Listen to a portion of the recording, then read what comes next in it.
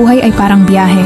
Minsan mabilis, minsan mabagal ang takbo, minsan maaliwalas ang daan, minsan naman ang traffic.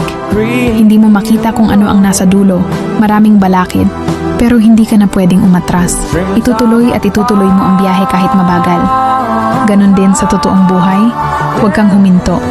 Huwag kang sumuko sa bawat hamon na iyong kinakaharap. Dahil ang bawat pagsubok ay isang pagkakataon upang lumago. Maging mas mabuti at maging mas malakas. Magtiwala ka sa iyong sarili at makamit mo rin ang iyong mga pangarap. Over my heart, decorated my